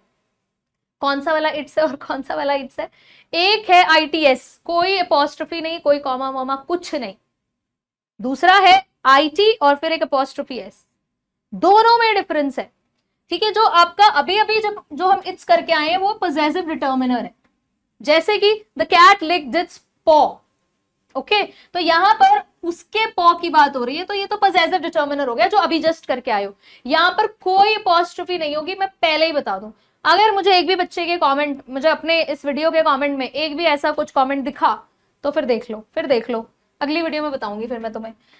अब यहाँ पर जब हम इस वाले की बात कर रहे हैं, इट अपॉस्ट्रोफी एस, इसका क्या मतलब है? ये कॉन्ट्रैक्शन है, इट इज या इट हैज का डिपेंड करेगा कि किस सेंटेंस में यूज हो रहा है। फॉर एग्जाम्पल अगर मुझे लिखना है it is raining today, continuous tense के रेफरेंस में मैं डाल रही हूं it is raining let's say, तो इसको थोड़ा सा शॉर्ट करने के लिए हम ऐसे लिखते हैं it's raining today. It has कब होता है? मान लो मैं प्रेजेंट परफेक्ट टेंस यूज कर रही हूं, तो it has been so long, it has been so long, तो ये हैज और हैव प्लस वर्ब की थर्ड फॉर्म, इस सेंस में यहां पर ये इट हैज होता है। तो प्लीज ये आप छोटा सा कंफ्यूजन पॉइंट है आप सभी का जो दूर कर लो, ये गलती नहीं करनी है, मैं बता चुकी हूं, तो मेरे स्टूडेंट्स तो ये नहीं करेंगे, कोई एसएनएफियन ये नहीं करेगा, ठीक है।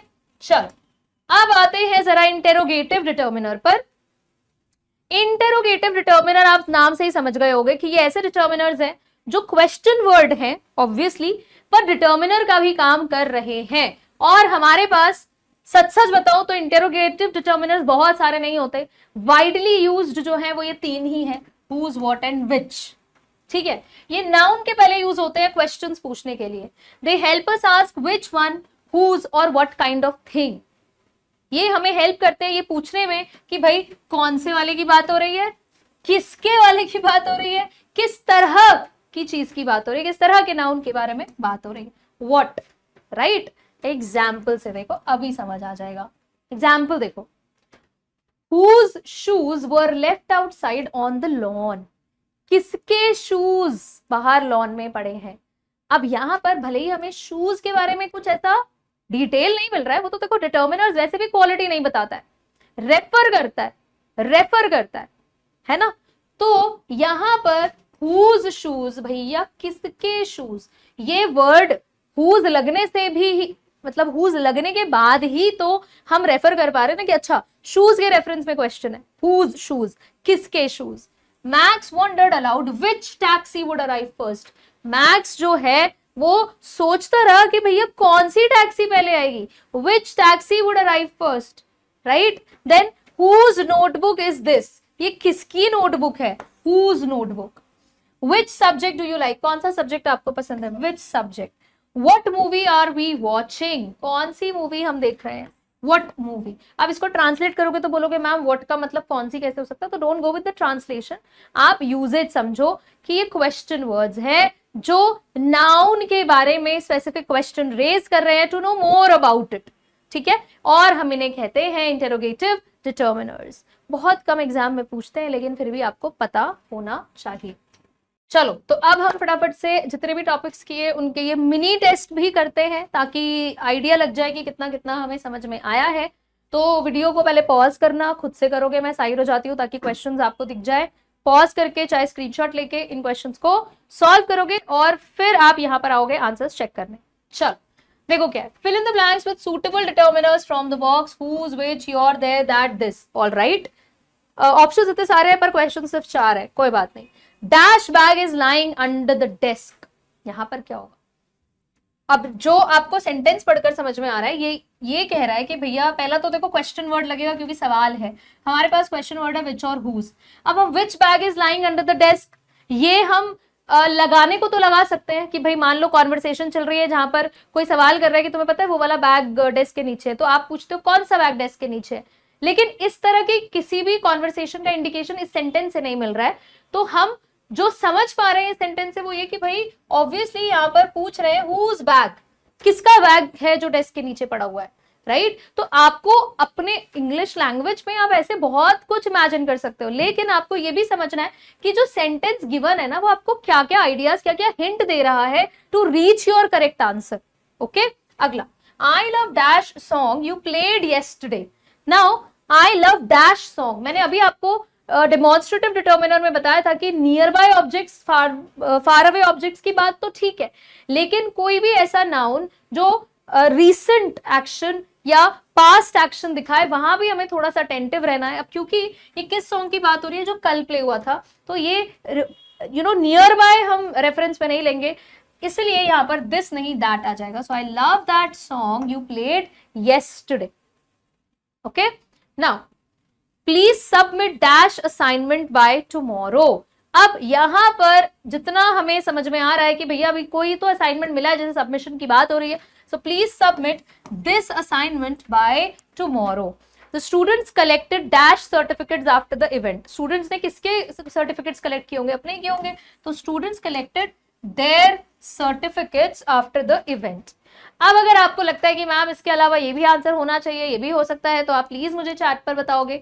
Definitely I look into it. अगर आपके अपने कुछ अलग आंसर्स बन रहे हैं, कोई प्रॉब्लम नहीं है, लेकिन वो इन ऑप्शन में से एक होने चाहिए, तो एक्सेप्टेड होगा। अगर वो सही होगा, ये मैं आपको बताऊंगी आपके आंसर्स का रिप्लाई करके।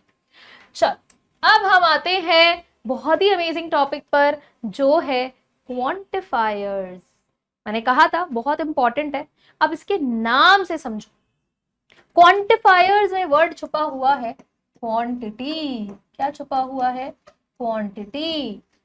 ठीक है, कि कोई चीज कितनी है, ऑब्वियसली, है ना, कोई चीज कितनी है, 1 है, 2 है, 5 है, 10 है, थोड़ी है, ज्यादा है, बहुत सारी है, कम है, ये सब कुछ हमें क्वांटिफायर से ही पता चलता है। So these determiners show how much और how many we are talking about, basically to show the quantity of something.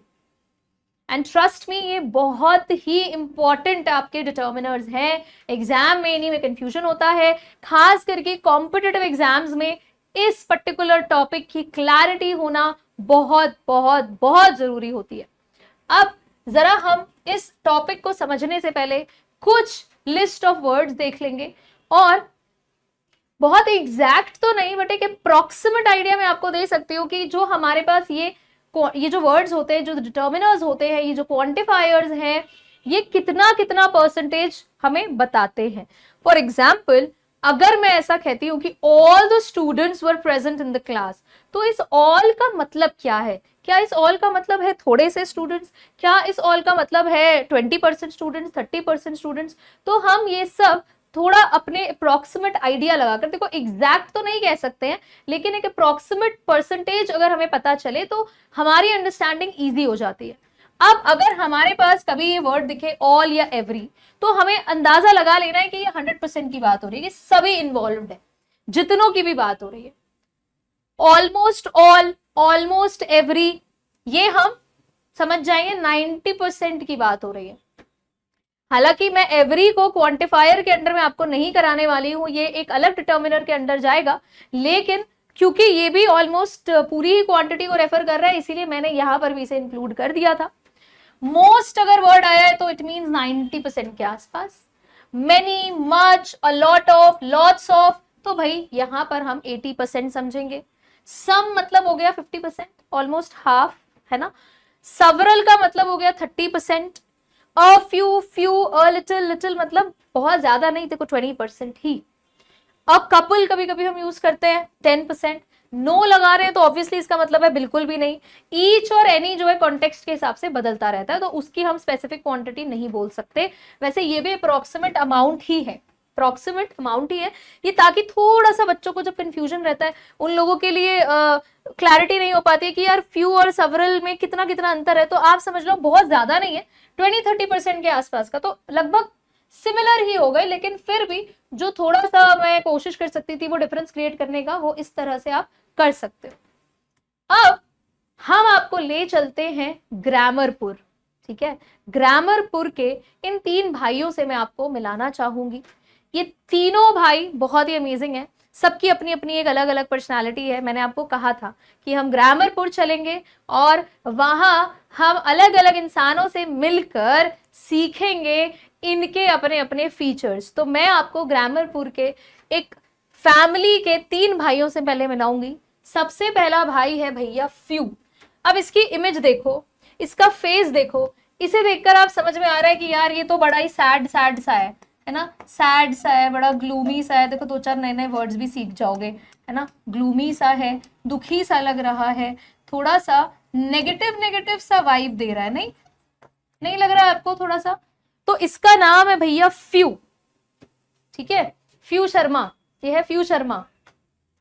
फिर आता है हमारे पास अ फ्यू, ये लग रहा है थोड़ा सा मतलब he is very happy and positive, तो इससे जो वाइब आ रही है ना, इससे जो वाइब आ रही है वो भी हम यहाँ पर मेंशन कर लेते हैं, वो भी हम यहाँ पर मेंशन कर लेते हैं। अ फ्यू से हमें जो वाइब आ रही है, हमें जो वाइब आ रही है वो आ रही है बहुत ही पॉजिटिव, है ना, हैप्पी हैप्पी सा, हैप्पी हैप्पी सा। अब द फ्यू की अगर बात करूं तो ये तो एकदम इट्स लाइक कि एकदम प्राउड पर्सन, है ना, कि जो है बस सब कुछ मेरा है, इट्स लाइक दैट। तो ये है हमारे फ्यू, फ्यू और द फ्यू शर्मा फैमिली के, या जो भी आपको अपना सरनेम लगाना है, जनरल जो भी आप लगाना चाहो, इन तीनों से हम मिलेंगे और एक एक करके समझेंगे। इतना तो अंदाजा लग गया है कि फ्यू जो है बहुत ही नेगेटिव नेगेटिव सा ऑरा रख रहा है, ए फ्यू जो है बहुत ही पॉजिटिव वाइब दे रहा है, द फ्यू थोड़ा डिफरेंट चलता है, और जिस तरह से इनका पिक्टोरियल रिप्रेजेंटेशन है तो लग रहा है कि द फ्यू जो है वो एक तरह से हर एक चीज को ओवर पार करे बैठा है, and he super confident and proud about his identity.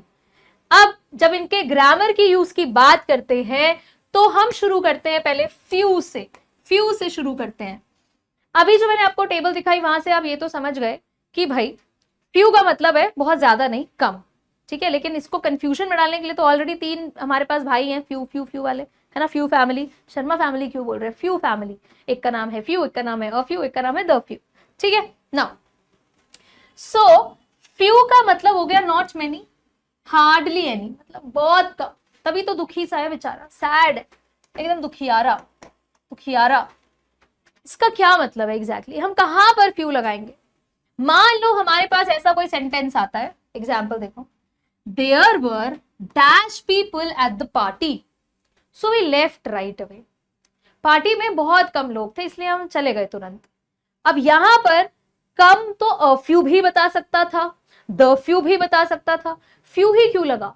तो उसके पीछे रीजन है कि भाई जब हमें यह दिखाना है कि जो नंबर है लोगों का वो सफिशिएंट नहीं है, नॉट इनफ, सेटिस्फैक्टरी नहीं है, थोड़ा सा नेगेटिव सा कॉन्टेक्स्ट ड्रॉ हो रहा है, वहां पर हम लगाएंगे फ्यू। और इसीलिए यहां पर हमने अ फ्यू नहीं लगाया, there were few people at the party, बहुत कम लोग थे तो हम भी चले आए, ज्यादा नहीं थे तो हमने लगाया फ्यू।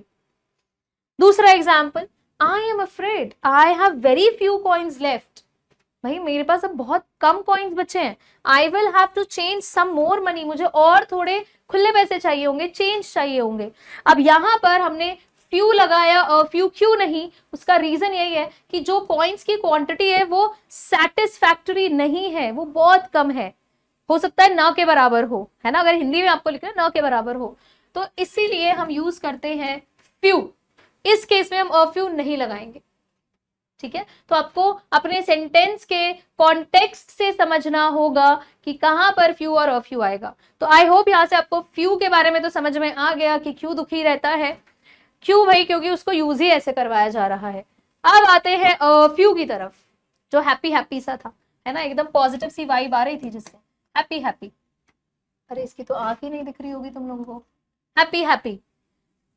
अब ऐसा क्या है भाई, क्योंकि अ फ्यू मैंने देखो आपको इजी करने के लिए लिख दिया कि अ फ्यू का मतलब है सम, पर आपको पता है कि सम भी थोड़ा सा अलग होता है, लेकिन अपनी अंडरस्टैंडिंग के लिए सीख लो कि अ फ्यू मतलब थोड़ा, चलो जो है सेटिस्फैक्टरीली काम हो जाएगा, कोई दिक्कत नहीं, काम चला लेंगे, राइट, इसीलिए वो खुश रहता है ना, बहुत ज्यादा ग्रीडी नहीं है, उसे ज्यादा डिमांड नहीं है, बहुत ज्यादा कुछ ऐसा सोच नहीं रहा है, खुश है, कंटेंटमेंट मिला हुआ है उसे लाइफ में। Example, I have a few books in my shelf you can read, मेरे शेल्फ में बहुत ज्यादा नहीं है, कुछ बुक्स पड़ी हुई हैं, तुम पढ़ सकते हो, बोर हो रहे हो बेकार में, है ना, पढ़ सकते हो, थोड़ी सी है, पढ़ सकते हो, राइट। तो एक पॉजिटिव कॉन्टेक्स्ट मिल रहा है कि ऐसा तो नहीं है ना कि एक भी नहीं है, कुछ है, दो तीन होंगी भले ही, बट आप पढ़ सकते हो, आपके काम आ जाएगा।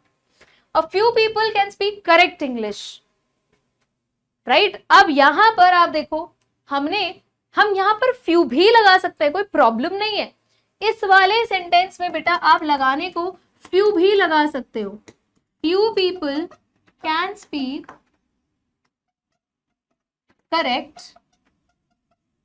इंग्लिश, कोई दिक्कत नहीं है, लेकिन आपको कॉन्टेक्स्ट की क्लैरिटी होनी चाहिए।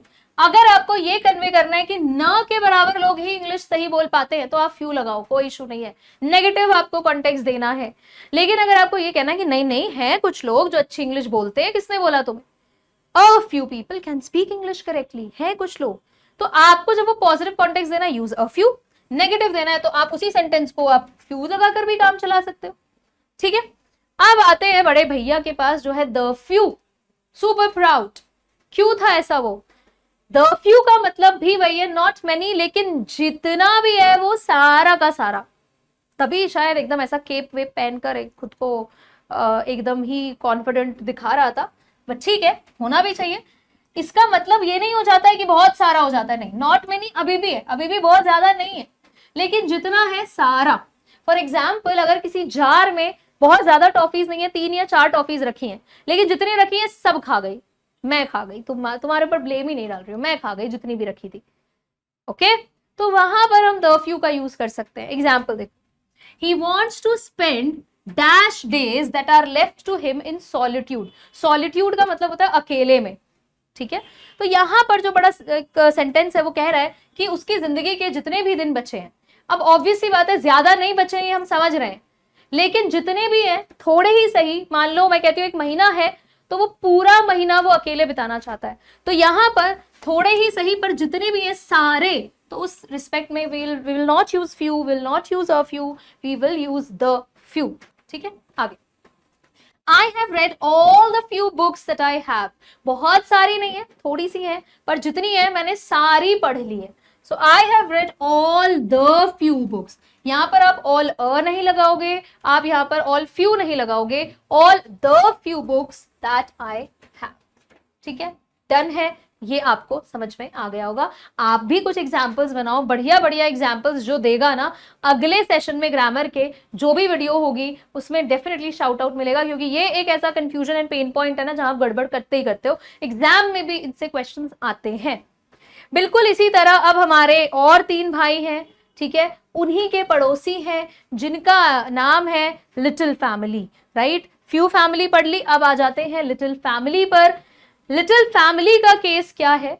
लिटिल फैमिली का केस ये है कि भाई बिल्कुल एक जैसा, उनका जो लिटिल है सबसे छोटा वाला वो बड़ा नाराज रहता है, दुखी रहता है। अ लिटिल जो है वो थोड़ा सा पॉजिटिव है, हैप्पी हैप्पी है। द लिटिल जो है वो बहुत ही प्राउड है। रीजन आप समझ रहे होंगे, फ्यू के ही रिस्पेक्ट में बिल्कुल वैसा ही चलता है। ये हो गया थोड़ा सा नेगेटिव कॉन्टेक्स्ट, ये हो गया पॉजिटिव कॉन्टेक्स्ट, ये हो गया जितना है वो सारा का सारा, भले ही कम है। लेकिन अब आप सोच रहे होगे फिर फ्यू और लिटिल में डिफरेंस क्या हुआ मैम? फिर ये फैमिली यहाँ क्या कर रही है? जो काम फ्यू फैमिली कर सकती है, फिर लिटिल फैमिली का क्या रोल है यहाँ पर? तो भाई जो हम लोगों ने अभी few, a few, the few, ये भाइयों के बारे में पढ़ा, ये सिर्फ और सिर्फ यूज होता है, सिर्फ और सिर्फ यूज होते हैं काउंटेबल नाउन्स के साथ। काउंटेबल नाउन्स के साथ आप जितने भी एग्जांपल्स मैंने दिए सब देख लो। पीपल काउंटेबल है, ठीक है, यहां पर कॉइन्स काउंटेबल है। क्या कहीं पर भी हमने शुगर, कहीं पर भी हमने मिल्क, वाटर ऐसे के साथ, ऐसे वर्ड के साथ फ्यू का या अ फ्यू का या द फ्यू का यूज किया? नहीं किया। तो हम काउंटेबल नाउन्स के साथ यूज करेंगे few, a few, the few. यहां पर देख लो, books countable, people again countable, ठीक है, यहां पर डेज काउंटेबल, बुक्स काउंटेबल। तो हम काउंटेबल नाउन्स के साथ यूज करते हैं few, a few, the few. और हमारे little, a little, the little हम यूज करेंगे अनकाउंटेबल नाउन्स के साथ। बाकी बिल्कुल सेम रहेगा, वही जो हमने few, a few, the few में किया, बिल्कुल वही। छोटा भाई एज यूजुअल नेगेटिव कॉन्टेक्स्ट में रहता है। जो हमारा अ लिटिल है ये हैप्पी हैप्पी रहता है। द लिटिल थोड़ा सा प्राउड है, क्यों? क्योंकि उसे ये लगता है कि भाई कम ही सही, लेकिन जितना है वो सारा का सारा इन्वॉल्व, उस सब की बात हो रही है। सो वही बात हम एक बार उसको रिपीट करेंगे, लेकिन अनकाउंटेबल नाउन्स के रिस्पेक्ट में। So little means almost 0 in number, बिल्कुल 0, बिल्कुल भी नहीं। So there is little hope for his life, यार उसकी जिंदगी की अब ज्यादा होप नहीं है, बिल्कुल न के बराबर है। तो जब हम उसको नेगेटिव कॉन्टेक्स्ट दे रहे हैं तो लिटिल होप, ठीक है। फ्यू होप गलत हो जाएगा, गिन थोड़ी सा करो, 1 होप, 2 होप, 3 होप थोड़ी बोलते हैं, काउंट थोड़ी कर सकते हो, तो little hope. I am very busy, I have little time for fun, मैं बहुत बिजी हूँ, मेरे पास थोड़ा ही टाइम है मस्ती का। ठीक है, थोड़ा ही का मतलब क्या है, न के बराबर, टाइम नहीं है। ठीक है, मैंने गलत थोड़ा ट्रांसलेट कर दिया है।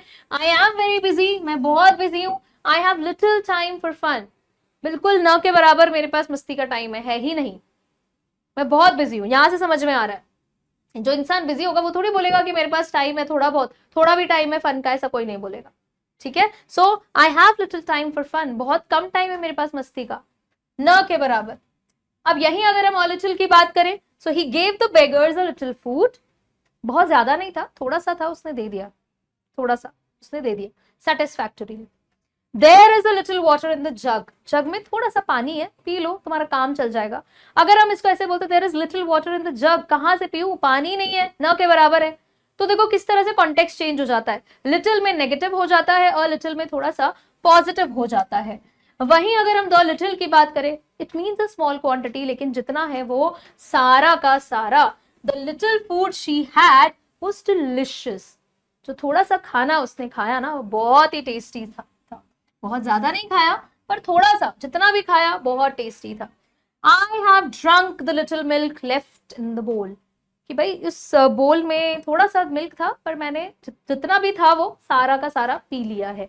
तो भाई भले ही क्वांटिटी कम हो लेकिन जितना था उस सारे की बात हो रही है, तो द लिटिल। आई होप आपको few a few the few little a little the little अच्छे से समझ में आया होगा, क्योंकि एग्जाम पॉइंट ऑफ व्यू से बहुत इंपॉर्टेंट है। कोई भी कंफ्यूजन हो आप चैट पर कमेंट्स में मुझसे पूछ सकते हो। तो अब हम ग्रामरपुर के ही दो और भाइयों से मिलते हैं जो बढ़िया से अपनी शॉप में खूब सारे आइटम्स करते हैं सेल। अब मच भैया और मेनी भैया कौन से आइटम्स सेल कर रहे हैं, इनसे हमें आइडिया लगेगा कि कहां पर एग्जैक्टली हमें मच और मेनी एज डिटर्मिनर्स यूज करने हैं। तो सबसे पहले हम बात कर लेते हैं, अगर आपको इमेज से थोड़ा भी आइडिया लग रहा है तो पता चल गया होगा कि मेनी जो है वो लगता है काउंटेबल आइटम्स के साथ, यानी कि मेनी भैया सेल करते हैं काउंटेबल आइटम्स। अब आप इमेजेस में देख ही रहे हो, there are books, there are bottles, there are coins, there are apples and so many other fruits. और वहीं अगर हम मच भैया की बात करें तो इनके दुकान में जो आपको आइटम्स नजर आ रहे हैं ये काउंटेबल तो बिल्कुल नहीं है ना। अब आप राइस बैठकर गिनोगे और उन्हें राइसेस समहाउ प्रूव करोगे तो ये तो नहीं हो सकता, है ना। तो यहाँ पर अब आप देखो कि जमीन पर रखकर ये क्यों बेच रहे हैं, मुझे कोई आइडिया नहीं है, कोई आइडिया नहीं है। मतलब अच्छे से पैकेट वैकेट में रखते, थोड़ा सा अनहाइजीनिक तरह से ये चीजों को सेल कर रहे हैं, तो हम मच भैया की दुकान में नहीं जाएंगे, हम जाएंगे मेनी भैया की दुकान में। लेकिन डिटर्मिनर्स सीखने के लिए हमें दोनों के पास एक एक बार जाना पड़ेगा। तो सबसे पहले हम जाते हैं ब्रदर मेनी के पास, यानी कि मेनी भैया के पास, जिनके एक बढ़िया सी शॉप है। So he had a big colourful shop जिसका नाम है काउंट एंड कैरी, जिनकी शॉप का नाम है काउंट एंड कैरी। और यहां से आप काफी हद तक एक अजम्पशन भी लगा सकते हो कि हम मेनी का यूज ऐसे आइटम्स के साथ करेंगे विच वी कैन काउंट, यानी कि काउंटेबल आइटम्स। तो इनकी दुकान जिसका नाम है काउंट एंड कैरी, वहां पर आपको ऐसी चीजें मिलेंगी जो आप काउंट कर सकते हो वन बाय वन।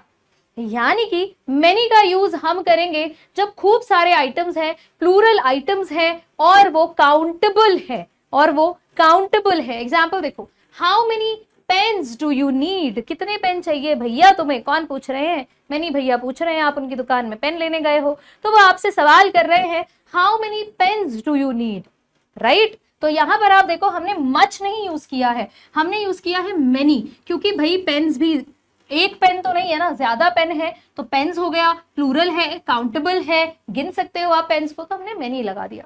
इसके बाद आप देखो there aren't many chairs left.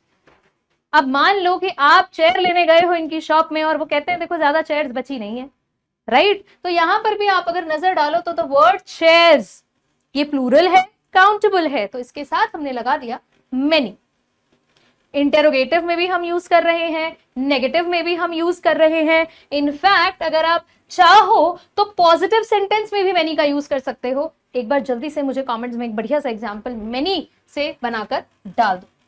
अब आते हैं ब्रदर मच की दुकान पर, यानी कि मच भैया की दुकान पर, जो एक छोटी सी दुकान चला रहे हैं विच इज वेरी कोजी, छोटे से लिमिटेड से आइटम्स है उनके पास, और उनकी दुकान का नाम देखो क्या है, pour and measure, count and carry नहीं है। यानी कि इनकी शॉप में ऐसे आइटम्स मिलने वाले हैं जो आप पोर कर सकते हो, मेजर कर सकते हो, बट काउंट नहीं कर सकते। यानी कि आपको मिलेंगे यहां पर uncountable items, things which you can not count one by one but you can measure in quantity. ठीक है, तो एग्जाम्पल देखो, there isn't much sugar left. कोई मान लो शुगर लेने इनकी शॉप में आया है तो कह देते हैं कि भाई ज्यादा शुगर नहीं बचा है।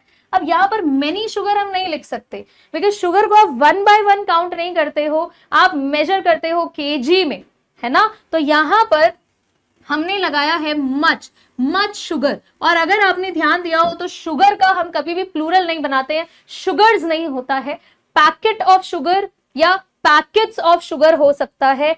पर यहां पर अगर हम पैकेट या पैकेट्स की बात करें तो we will not use much, we will use many, क्योंकि बात पैकेट्स की हो रही है, शुगर की नहीं।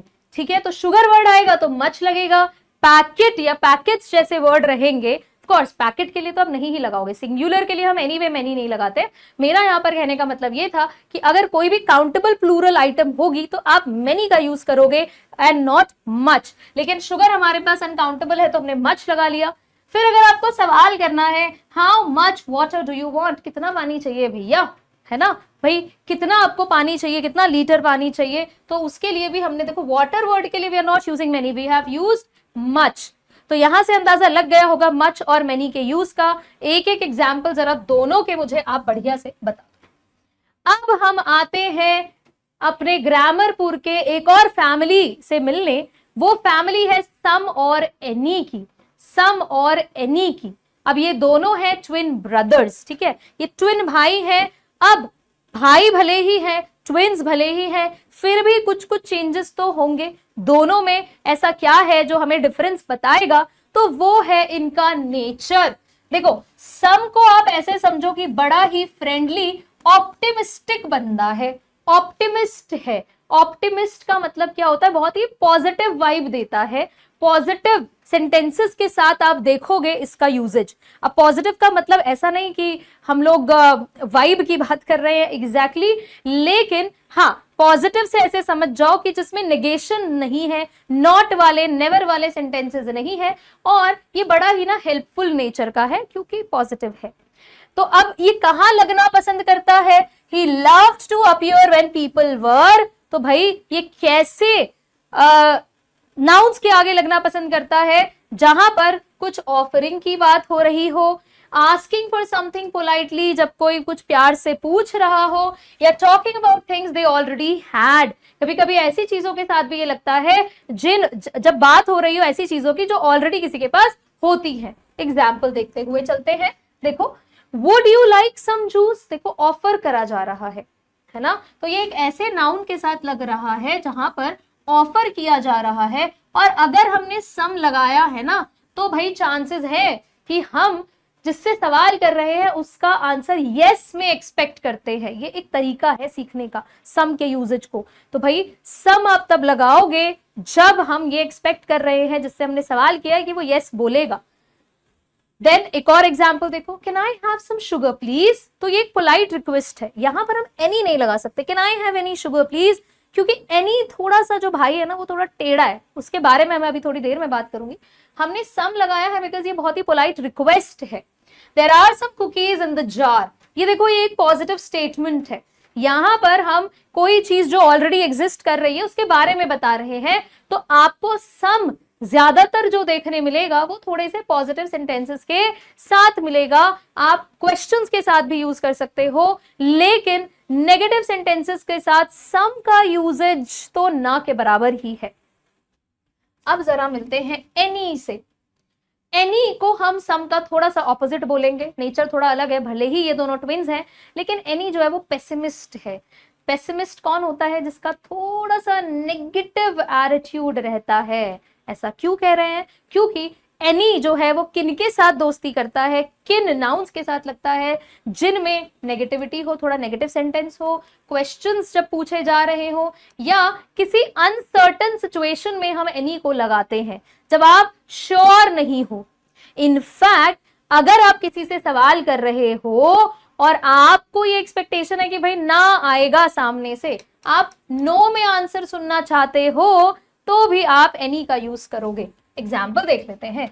अगर हमने नेगेटिव में बोला आई डोंट हैव एनी मनी, मेरे पास कुछ नहीं है पैसे वैसे, तो देखो नेगेटिव में हम लोग यहाँ पर सम नहीं लगा रहे हैं, बिकॉज ये सेंटेंस नेगेटिव है। I don't have some money हम कभी नहीं बोलते, आई हैव सम मनी, मेरे पास थोड़े पैसे हैं। वो पॉजिटिव के लिए हमने सम का यूज किया, लेकिन नेगेटिव के लिए हमने एनी का यूज किया है। Do you have any books on space, क्या तुम्हारे पास कोई बुक्स है?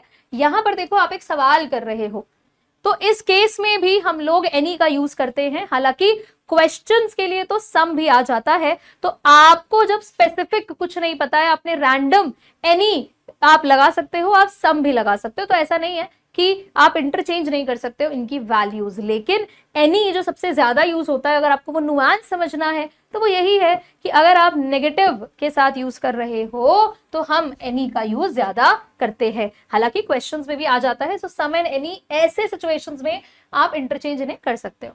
You can choose any seat. Now यहां पर आप अनसर्टन हो, आप कोई फिक्स्ड चॉइस नहीं दे रहे हो किसी को, है ना, तो इस केस में भी हम एनी का यूज कर सकते हैं। अब जो ट्रिक आपको याद रखनी है सम और एनी में, वो यही है, आप सम का यूज तब करोगे जब आंसर आपको लग रहा है कि प्रोबेबली यस होगा, आप एनी का यूज तब करोगे जब आपको आंसर लग रहा है कि नो होगा। ठीक है, अगर कोई कंफ्यूजन फिर भी रह गया है, let me know in the comments section. अब हम आते हैं एक बहुत ही डिफरेंट डिटर्मिनर पर, बहुत ही डिफरेंट क्वांटिफायर पर। हो सकता है इसका यूजेज या प्रॉपर प्रैक्टिस आपने ना की हो कभी, लेकिन फिर भी हमें एरर फाइंडिंग या आपके जितने भी एडिटिंग वाले क्वेश्चंस आते हैं एग्जाम में, उसमें ये देखने मिलता है, विच इज मेनी अ। ठीक है, अब मेनी अ का यूजेज जो है वो मेनी के जैसे ही होता है, हम जब ज्यादा चीजों की बात कर रहे हैं, लेकिन इसका स्ट्रक्चर थोड़ा सा डिफरेंट जाता है मेनी के मुकाबले। मेनी अ का यूज हम करते हैं एक फॉर्मल लिटरेरी एक्सप्रेशन के तौर पर, जिसका मतलब मेनी ही होता है। मतलब हम किसी फॉर्मल जगह पर अगर बैठे हैं, वहां पर हम अपनी चॉइस के हिसाब से मेनी अ का यूज कर सकते हैं, कोई प्रॉब्लम नहीं है। Basically many a is equal to many, एक ही बात है। ठीक है, एक ही बात है, बस इसका ग्रामेटिकल स्ट्रक्चर बदल जाता है। कैसे बदल जाता है वो मैं बताऊंगी। मेनी हम लोग किसके साथ यूज करते थे, अभी अभी पढ़कर आए हैं, है ना। अगर हम मेनी बोलते थे, मान लो मैं स्टूडेंट्स की बात कर रही हूं, तो मैं लिख देती थी मेनी स्टूडेंट्स, है ना। Many students are learning determiners, let's say. तो मेनी के साथ हमने स्टूडेंट्स यूज किया है। लेकिन अगर मुझे मेनी अ का स्ट्रक्चर यूज करना है, I want to be a little formal, तो वहां पर मैं अगर इसको लिखना चाहूं तो I will not write many a students, मैं लिखूंगी मेनी अ स्टूडेंट। तो स्ट्रक्चर ये है कि मेनी अ के साथ हम यूज करते हैं सिंगुलर नाउन और सिंगुलर वर्ब। सो मेनी का मीनिंग बिल्कुल सेम है, मेनी, सॉरी यहां पर अ भी होना चाहिए, तो मेनी अ का मीनिंग बिल्कुल सेम है मेनी के जैसे। और ये ज्यादा यूज कहां होता है, written English, poetry and formal speech में। लेकिन आपके बहुत सारे इंग्लिश के क्वेश्चन पेपर्स में मेनी अ को देखा गया है, तो इसीलिए मैंने सोचा क्यों ना इंक्लूड करके आपको ये छोटा सा एक डिटर्मिनर और बता दिया जाए, तो भाई क्या हो जाएगा, बल्ले बल्ले हो जाएगी अगर पेपर में आ गया, क्योंकि आपको तो ये पहले से आता होगा। एग्जाम्पल देखो, many a student has struggled with the concept. तो देखो हम मेनी स्टूडेंट्स नहीं कह रहे हैं, हालांकि इसका मतलब वही है, मतलब इसका मेनी स्टूडेंट्स ही है। ठीक है, लेकिन हमने मेनी अ स्टूडेंट, हमने स्ट्रक्चर चेंज किया है। अच्छा, और वर्ब देखो, ऑब्वियसली मेनी अ स्टूडेंट है तो भैया हैज स्ट्रगल्ड, हैव स्ट्रगल्ड हम नहीं लिख रहे हैं। अगर मेनी स्टूडेंट्स होता तब हम हैव लिखते, मेनी अ स्टूडेंट है तो वर्ब भी सिंगुलर जाएगी। मेनी अ टाइम, यहां पे देखो मेनी अ टाइम, यहां भी हमने क्या यूज किया है, हमने अपना सिंगुलर स्ट्रक्चर ही यूज किया है। Many a time I have warned you about this, मैंने बहुत बार तुम्हें इसको लेकर वार्न किया। मीनिंग वही है जो मेनी का होता है, बस आपका स्ट्रक्चर बदल जाता है। तो यहां पर हमने कंप्लीट कर लिए हैं अपने क्वांटिफायर्स। अब आते हैं हम डिस्ट्रीब्यूटिव्स की तरफ। सो डिस्ट्रीब्यूटिव्स कौन से हैं, डिस्ट्रीब्यूटिव डिटर्मिनर्स कौन से होते हैं, नाम से ही समझ जाओ ना। यहां पर क्वांटिटी की तो ऐसा सच बात नहीं हो रही है, लेकिन distributive determiners they refer to individual members of a group rather than the group as a whole, है ना। ये डिस्ट्रीब्यूट करते हैं ऑब्वियसली, लेकिन इसमें आप ऐसे भी वर्ड्स पढ़ोगे जो कभी कभार पूरे पूरे ग्रुप के रेफरेंस में भी बोले जाते हैं। डिस्ट्रीब्यूटिव वर्ड को ऐसे समझो जहां पर डिस्ट्रीब्यूट किया जा रहा है, जहां पर थोड़े से बांटने के या कभी कभी इंडिविजुअल या एज अ ग्रुप भी रेफर किया जा रहा है, ऐसे वर्ड्स को हम डिस्ट्रीब्यूटिव डिटर्मिनर्स कहेंगे। सो दे डिस्ट्रीब्यूट द एक्शन और क्वालिटी अमंग इंडिविजुअल आइटम्स। ये क्या करते हैं, क्वालिटी को या जो भी जिस भी बारे में आप बात कर रहे हो वो इंडिविजुअल आइटम्स में बांटते हैं, राइट। जैसे अगर हम कहें ऑल तो ये डिस्ट्रीब्यूटिव नहीं है, यहां पर हम सबकी ही बात कर रहे हैं, ठीक है। अब इन डिस्ट्रीब्यूटिव डिटर्मिनर्स में एग्जाम्पल अगर मैं कहूं, जैसे ईच हम पढ़ते हैं, है ना, तो ईच किस रेफरेंस में यूज किया जाता है ये आप सीखोगे। हमारे पास ईदर या इसको आइदर भी प्रोनाउंस किया जाता है, it depends on British and American pronunciation. फिर हमारे पास आता है नीदर, है ना, हमारे पास वर्ड आता है बोथ। तो ये सब क्या है, ये डिस्ट्रीब्यूटिव ही तो है। लेकिन ईच के साथ एक वर्ड है जो आपको अक्सर कंफ्यूज करता है, एवरी, तो वो भी हम इसी के साथ पढ़ते हैं, डिस्ट्रीब्यूटिव में ही पढ़ते हैं, क्योंकि ये आपके कंफ्यूजन पॉइंट्स होते हैं, है ना। सो ईच कहां पर लगता है, एवरी कहां पर लगता है, ये सब मैं आपको अभी समझाऊंगी। सबसे पहले हम ईच की बात करते हैं। ईच हमारा कहां पर यूज होता है, देखो, we use each when you want to, I mean you should use each when you want to emphasise, जब आप स्ट्रेस डालना चाहते हो इंडिविजुअल एलिमेंट्स पर, है ना। आप बात कर रहे हो लेकिन आपका स्ट्रेस किसी उस ग्रुप में, मान लो आप स्टूडेंट्स की बात कर रहे हो, तो आपके स्टूडेंट्स के ग्रुप में आपको हर एक इंडिविजुअल को रेफर करना है, तब आप ईच यूज करोगे। It is often applied to convey the idea. ये यूज क्यों होता है, इस आइडिया को कन्वे करने के लिए, देखो कि हर single individual of that group is important, उसकी बात हो रही है, right. So every single one is considered separately, सबको सेपरेटली टारगेट किया जा रहा है। तो वैसे अगर मैं आपको ऑनेस्टी के साथ बताऊं तो ईच और एवरी दोनों ही वर्ड्स को हम लोग बहुत बार इंटरचेंज करके यूज करते हैं, कोई प्रॉब्लम नहीं है, कर सकते हो इंग्लिश ग्रामर में। लेकिन जब आपके टेस्ट या एग्जाम की बात आती है तो छोटे से नुआंस पर ध्यान देना है, उस बारीकी पर ध्यान देना है कि क्या ईच और एवरी को एक दूसरे से अलग बनाता है। इंटरचेंज आप कर लो, कोई प्रॉब्लम नहीं है, कोई भी आपको ऐसे डांटने मारने वाला नहीं है कि क्यों ईच यूज किया, क्यों तुमने एवरी यूज किया। आपको पता होना चाहिए कि अच्छा ईच का यूजेज क्या है। ईच हम तब यूज करते हैं जब हमें किसी भी ग्रुप में इंडिविजुअल को टारगेट करना है, हम उस इंसान की, उस एलिमेंट की सेपरेटली भी बात कर रहे हैं, तो हम ईच का यूज करेंगे। और ये पर्टिकुलर टर्म यूजफुल होता है जब आप बाकी लोगों को एक ग्रुप से अलग बना रहे हो, I mean you are distinguishing between members of a group or when certain actions pertain to them individually। हम इंडिविजुअल टारगेट जब कर रहे हो तो ऐसे समझ जाओ, ईच मतलब इंडिविजुअल टारगेट, ठीक है।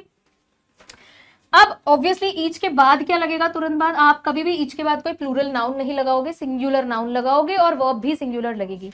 ईच स्टूडेंट्स हम नहीं बोलते, ईच स्टूडेंट हम बोलते हैं, राइट। एग्जाम्पल देखो, each student must submit there assignment. अब हम यहां पर लगाने को एवरी भी लगा सकते हैं, लेकिन ये मेरे ऊपर डिपेंड करता है कि मैं किस तरह से इस कॉन्टेक्स्ट को क्रिएट कर रही हूं। मैं अगर हर एक इंडिविजुअल बच्चे के ऊपर स्ट्रेस डालकर ये बात बोलना चाहती हूं तो मैं ईच यूज करूंगी। अगर मुझे as a group, as a whole बोलना है तो मैं एवरी यूज करूंगी, कोई प्रॉब्लम नहीं है, इट्स फाइन। एग्जाम में अगर आपके पास ऐसा कोई क्वेश्चन आता है तो डेफिनेटली सेंटेंस में कोई ना कोई ऐसी हिंट होगी जो ये इंडिकेट करेगी कि ये ईच और एवरी में से किसी एक को ही लेगा। आपको कुछ ना कुछ हिंट ऐसा दिखेगा जो उसको सेपरेट बनाएगा। अगर ईच आंसर में आना होगा तो आपको नजर आएगा कि ये इंडिविजुअल लेवल पर भी टारगेट कर रहा है। कुछ तो इस सेंटेंस में ऐसा वर्ड यूज हुआ है, कोई तो ऐसा एक्सप्रेशन है जो ये प्रूव कर रहा है कि इंडिविजुअल पर फोकस है। Each book cost ₹100। देखो हर एक बुक का, इंडिविजुअल बुक का अमाउंट यहाँ पर 200 रुपीज है, तो आप एवरी तो नहीं लगाओगे ना, ईच लगाओगे फॉर श्योर, क्योंकि कलेक्टिवली बात नहीं कर रहे, आप इंडिविजुअली बात कर रहे।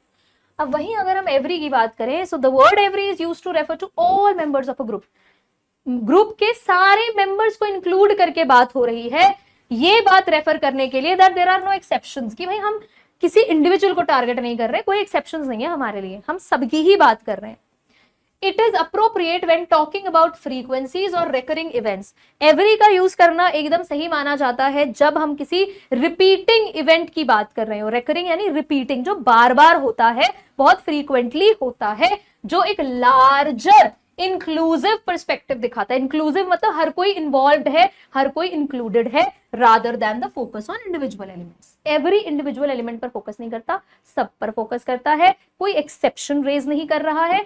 प्लस कोई ऐसा एक्शन जो बहुत फ्रीक्वेंट होता है, रोज की बात है, तो हम वहां पर एवरी यूज करते हैं। एग्जाम्पल देखो, एवरी चाइल्ड डिजर्व्स एजुकेशन। अब यहां पर मैं ईच भी लिख सकती हूँ, कोई प्रॉब्लम नहीं है, ईच भी सही होगा, पर जो बोलने वाला है उसके कॉन्टेक्स्ट के ऊपर डिपेंड करता है।